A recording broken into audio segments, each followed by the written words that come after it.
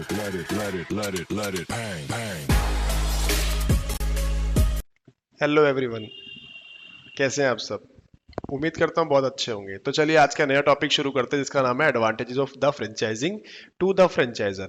हमने last video में ये पढ़ा था कि फ्रेंचाइजी को क्या एडवांटेज मिलती है फ्रेंचाइजिंग की, ठीक है। तो आज हम लोग पढ़ने वाले जो फ्रेंचाइजर है, जो अपनी फ्रेंचाइज सेल करता है, उसको क्या क्या एडवांटेजेस होती हैं। तो बेसिकली यहाँ पर दो एडवांटेज मेंशन की गई है according to NCERT, quick expansion and cost advantages, ठीक है। तो सबसे पहले हम लोग पढ़ लेते हैं क्विक एक्सपेंशन का मतलब क्या होता है।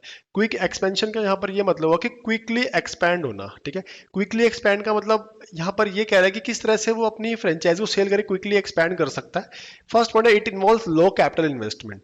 बेसिकली लो कैपिटल इन्वेस्टमेंट इसलिए लिखा गया है यहाँ पर। फ्रेंचाइजर क्या होता है कि कभी कभार जब भी अपनी फ्रेंचाइज सेल करता है तो वो फ्रेंचाइजी कभी कभी कैपिटल की भी हेल्प करता है, लेकिन मोस्ट ऑफ द केसेस में सारी की सारी कैपिटल जो है, जब फ्रेंचाइज बेची जाती है फ्रेंचाइजी को, तो फ्रेंचाइजी अपना पैसा यूज करता है, अपना कैपिटल यूज करता है। तो सबसे पहला बेनिफिट ये हुआ कि जो भी फ्रेंचाइजर है उसका जितना भी बिजनेस है वो क्विकली एक्सपैंड होता है। फ्रेंचाइजी का जितना भी नेटवर्क होता है जब वो अपने आउटलेट्स ओपन करता है, तो वो फर्स्ट पॉइंट है, ठीक है। नेक्स्ट आता है, by using franchisees capital the franchisee is able to establish the large number of outlet in short period of time. कम समय के अंदर बहुत सारे आउटलेट्स खुल जाते हैं बिकॉज ऑफ कि फ्रेंचाइजर फ्रेंचाइज बेचता है, करेक्ट। थर्ड पॉइंट आता है कि franchiser can expand their business nationally and internationally by authorising and selling franchisees in selected location. Franchiser क्या करता है कि जो उसको लगता है कि सिलेक्टेड लोकेशन हो सकता है वो डोमेस्टिक एरिया में, मान लो कि एक इंडिया का फ्रेंचाइजर है, हो सकता है कि उसको लगता है कि इंडिया में हमारा ज़्यादा काम चलेगा, इंडिया में ज़्यादा लोग हमें पसंद करेंगे, तो वो अपनी फ्रेंचाइजी ज़्यादा इंडिया में बेचेगा। और उसको लगता है कि हमारे जो प्रोडक्ट है उसकी बाहर ज़्यादा डिमांड है, इंटरनेशनल डिमांड बहुत ज़्यादा है, किसी अमेरिका में डिमांड ज़्यादा है, इंग्लैंड में डिमांड ज़्यादा है, या साउथ अफ्रीका में डिमांड ज़्यादा हमारा ऐसा प्रोडक्ट है, तो वो सिलेक्टेड लोकेशन में अपनी फ्रेंचाइजीज को सेल करेगा, सो दैट अपने जितना भी अपना बिजनेस है उसको क्विकली एक्सपैंड कर सकता है। नेक्स्ट आता है कि भाई इंपॉर्टेंट पॉइंट ये भी आता है कि एक्सपेंशन तो चलो क्विकली हो रहा है, तो क्विकली होने के साथ साथ उसको कोई भी कॉस्ट बियर नहीं करनी पड़ रही है। यहाँ पर पॉइंट आ गया कि without incurring any kind of overheads and cost associated with the opening company owned outlet. Overheads का मतलब होता है वो सारे के सारे एक्स्ट्रा खर्चे जो एक बिजनेस बियर करता है, ठीक है। ओवरहेड्स का मतलब हो गया वो सारे डायरेक्ट एक्सपेंस, जैसे रॉ मटेरियल कंज्यूम और आपका डायरेक्ट वेजेस हो गया, ठीक है। और भी कई सारे ऐसे खर्चे होते हैं कि जो कि फ्रेंचाइजर को पे ही नहीं करने पड़ेंगे।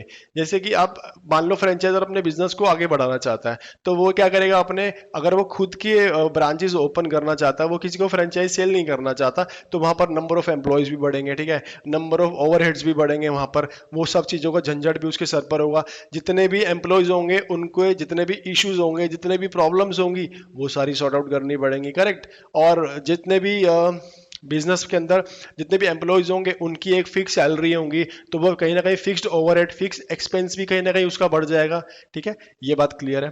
नेक्स्ट आता है, ऑपरेटिंग अ franchise business required fewer employees. ये हमने बात कर ली इसके बारे में कि उसको लो पेरोल मेंटेन कर सकता है वो, और जितने भी पर्सनल इश्यूज है, प्रॉब्लम्स है, उनसे बच सकता है, मिनिमाइज कर सकता है।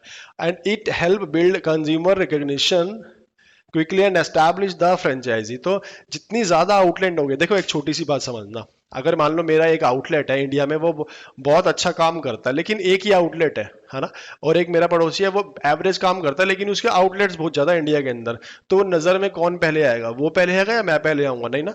तो वो पहले नजर में आएगा, तो इसकी वजह से भी उसका क्विकली एक्सपेंशन होगा। जितने ज्यादा आउटलेट्स होंगे, वो होता नहीं कि माल दिखेगा तो बिकेगा, है ना, जो दिखता है वो बिकता है। तो ये पॉइंट वही का वही पॉइंट है। तो पहला था हमारा क्विक एक्सपेंशन, यहाँ तक बात क्लियर हो गई, ठीक है।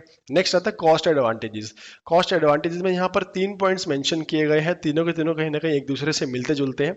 मैं आपको बता देता हूँ कॉस्ट एडवांटेज हमेशा कैसे मिलेगा। ज्यादातर फ्रेंचाइजर प्रोडक्ट जो है मैन्युफैक्चरिंग करती है ना, ऐसा जैसे एमआरएफ की मैंने बात करी है, तो वो क्या करेगा कि वो तो finish goods as it is जो है आगे अपने आउटलेट्स पर सेल करेगा। लेकिन ज्यादातर फ्रेंचाइजी ऐसी होती है जो खुद से मैन्युफैक्चरिंग करती है, ठीक है।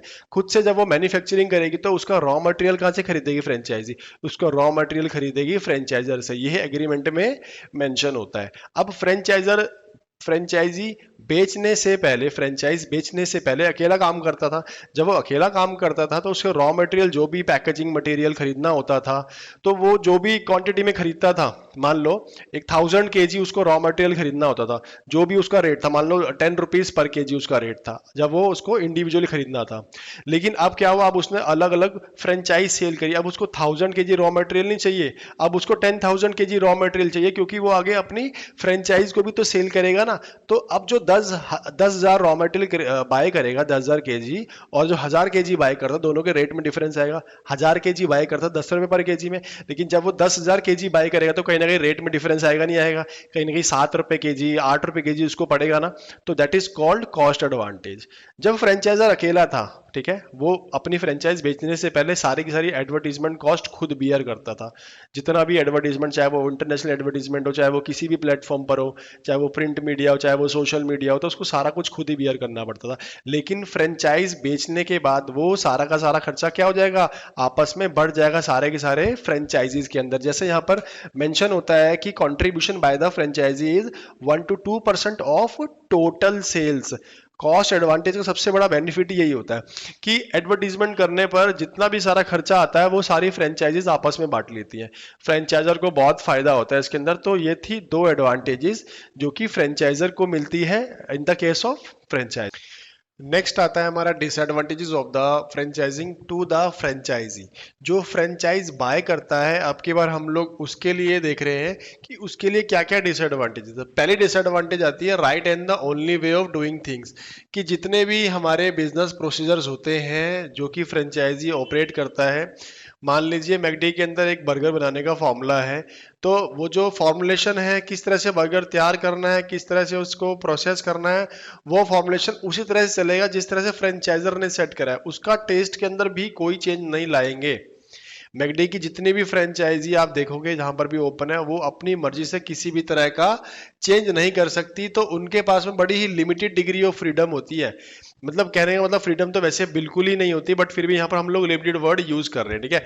नेक्स्ट आता है कि नो इनोवेशन। जब कोई भी वर्क प्री एज्यूम तरीके से या प्री प्लान तरीके से किया जाएगा कि एक प्रोसीजर फॉलो करना है, तो एक ये मैकेनिकल वर्क हो गया, इसके अंदर किसी भी तरह का इनोवेशन होगा ही नहीं। तो फ्रेंचाइजी इनोवेशन से बिल्कुल ही दूर हो जाता है। नेक्स्ट आता है cost, continuing cost implications, high fees and royalty. Sometime क्या होता है कि जो फ्रेंचाइजर होते हैं वो काफ़ी ज़्यादा फीस चार्ज करते हैं, काफ़ी ज़्यादा रॉयल्टी चार्ज करते हैं फ्रेंचाइजी से, कि भैया आप हमारा ब्रांड यूज़ कर रहे हो, आप हमारा प्रोडक्ट यूज़ कर रहे हो, तो आपको हाई रॉयल्टी और हाई फीस देनी पड़ेगी, ठीक है। नेक्स्ट आता है एडवर्टीजमेंट ट्रेनिंग कॉस्ट। कई बार क्या होता है कि मोस्ट ऑफ द केसेस में यही होता है कि अपनी, अभी हमने पढ़ा था कि अपनी सेल्स का 1 से लेकर 2% एडवर्टीजमेंट कॉस्ट पर पे करना पड़ता है फ्रेंचाइजी को। जो भी फ्रेंचाइजर, मान लो एक फ्रेंचाइजर एडवर्टीजमेंट बनाई, उसके अंदर उसने बताया कि मेरा 2 करोड़ का खर्चा हुआ है, तो उसकी जो भी टोटल सेल होगी फ्रेंचाइजी की, उसका अपने 1 से 2% का उसको पेमेंट करना पड़ेगा उस 2 करोड़ की एडवर्टीजमेंट के अंदर, ठीक है। तो यहाँ पर उसकी कॉस्ट वहां पर भी बढ़ जाती है कि उसको ट्रेनिंग का भी खर्चा देना पड़ता है, एडवर्टीजमेंट का भी खर्चा देना पड़ता है। ट्रेनिंग का मतलब है कि जैसे कोई भी काम शुरू करता है कोई भी पर्सन, तो उसको एक ट्रेनिंग की रिक्वायरमेंट होती है, तो वो फ्रेंचाइजर वो ट्रेनिंग भी प्रोवाइड करता है, बट उसके लिए भी चार्ज लेता है, ठीक है। फिर मैंने बताया कि जितना फेमस ब्रांड होगा उतनी उसकी रॉयल्टी हाई होगी, उसकी उतनी ज्यादा फीस हाई होगी। तो सेकंड पॉइंट था हमारा continuing cost implication, correct. Third आता है risk of franchisor getting boat. अब भैया कई बार क्या होता है कि फ्रेंचाइजर अच्छा काम नहीं कर पा रहा, फ्रेंचाइजर जो है अपने को मार्केट में सस्टेन नहीं कर पा रहा या मार्केट में टिका नहीं रह सक रहा, तो इस केस में वो किसी और को बेच देता अपना प्रोडक्ट या अपना ब्रांड, अपनी कंपनी ही किसी को बेच के चला जाता है। अब उनका क्या होगा, जो बेचारे फ्रेंचाइजी खरीद के आपके फ्रेंचाइज खरीद के बैठे हैं, उन फ्रेंचाइजी का क्या होगा। अभी वो फ्रेंचाइजी घबरा जाते हैं, उनको परेशानी में आ जाते हैं कि जो हमारा नया फ्रेंचाइजर होगा, करेक्ट, जिसको भी कंपनी बेची है, उसका हमारे साथ में कैसा बिहेवियर होगा, उसकी कैसी नई गाइडलाइंस होंगी, उसका प्रोसीजर कैसा होगा, उसकी पॉलिसीज कैसी होंगी, उसकी टर्म्स और कंडीशंस कैसी होंगी। हाँ, और मोस्टली केसेस में ये देखा गया है कि जो नया फ्रेंचाइजर होता है ओल्ड फ्रेंचाइजीज को सपोर्ट नहीं करता, करेक्ट। लास्ट पॉइंट आता है इनेबिलिटी टू प्रोवाइड सर्विसेज। देखो जब भी एग्रीमेंट होता है तो एडवर्टीजमेंट का खर्चा कितना कौन बियर करेगा, ट्रेनिंग कितनी टाइम के बाद दी जाएगी या उसका कितना खर्चा होगा, लोकेशन सेट की जाती है, एडवाइस के बारे में कि हम फाइनेंशियल एडवाइस, मैनेजमेंट एक्सपर्टीज और भी टाइम टाइम एडवाइस हम लोग देंगे। तो उसके बारे में जब ये बहुत ज़्यादा रिस्क रहता है कि फ्रेंचाइजर कई बारी इस फ्रेंचाइजी को ये सारी सर्विसेज प्रोवाइड नहीं करा पाता, तो fail to provide inspection in case of manufacturing unit. तो मैन्युफैक्चरिंग यूनिट में ज़्यादातर इंस्पेक्शन की रिक्वायरमेंट होती है, इसलिए कि आप ये देखना पड़ता है कि फ्रेंचाइजी जो माल का प्रोडक्शन कर रही है वो अकॉर्डिंग टू नॉर्म्स कर रही है कि नहीं कर रही है, अकॉर्डिंग टू प्रोसीजर कर रही है नहीं कर रही है। तो अगर बार बारी फ्रेंचाइजर का वहाँ पर इंस्पेक्शन नहीं होता तो जो क्वालिटी कंट्रोल है प्रोडक्ट का वो भी फेल हो जाएगा। ठीक है, तो ये सारे पॉइंट्स हैं हमारे। ये सारा रिस्क था फ्रेंचाइजी को कि जब वो फ्रेंचाइज बाय करता है तो इन सब रिस्क का सामना करना पड़ सकता है। जरूरी नहीं कि ऐसा हो सकता है, जैसे कि कॉस्ट इम्प्लीकेशन ये तो होगा ही होगा। ठीक है, और right and the only way of doing thing, ये दो चीजें तो मेनली रहती ही है। बाकी ये दो चीजों का तीन जो ये पॉइंट्स है इसकी पॉसिबिलिटीज होती है कि हो भी सकता है और ये नहीं भी हो सकता। करेक्ट। लास्ट आता है हमारा disadvantage of the franchising to the franchiser. तो फ्रेंचाइजर को भी डिसएडवांटेज का सामना करना पड़ता है। वो कैसे? देखो, कोई भी कंपनी हो, कोई भी पर्सन हो, अपने बिजनेस की रेपुटेशन डाउन नहीं कर सकता, अपने बिजनेस की गुडविल डाउन नहीं होने दे सकता, है ना, वो भी किसी और की वजह से। तो इसलिए एक फ्रेंचाइजर को ये ढूंढना बहुत मुश्किल हो जाता है कि उसके रिक्वायरमेंट के हिसाब से, उसकी नीड के हिसाब से कौन सा फ्रेंचाइजी बेस्ट रहेगा, है ना। क्योंकि कई सारे ऐसे फ्रेंचाइजी भी होते हैं कि उनको सपोर्ट दिया जाए, उनको कैपिटल भी दे दिया जाए, उनको ट्रेनिंग भी दे दी जाए, उसके बावजूद भी वो सक्सीड नहीं होते, उसके बावजूद भी वो काम अच्छे से नहीं करते because of their faulty management. So उसकी वजह से जो फ्रेंचाइजर है उसके ऊपर बहुत ज्यादा एडवर्स इफेक्ट आता है। तो ये केवल इसका एक ही आपको डिसएडवांटेज करना है, that is difficulty in identifying quality franchises. Thank you.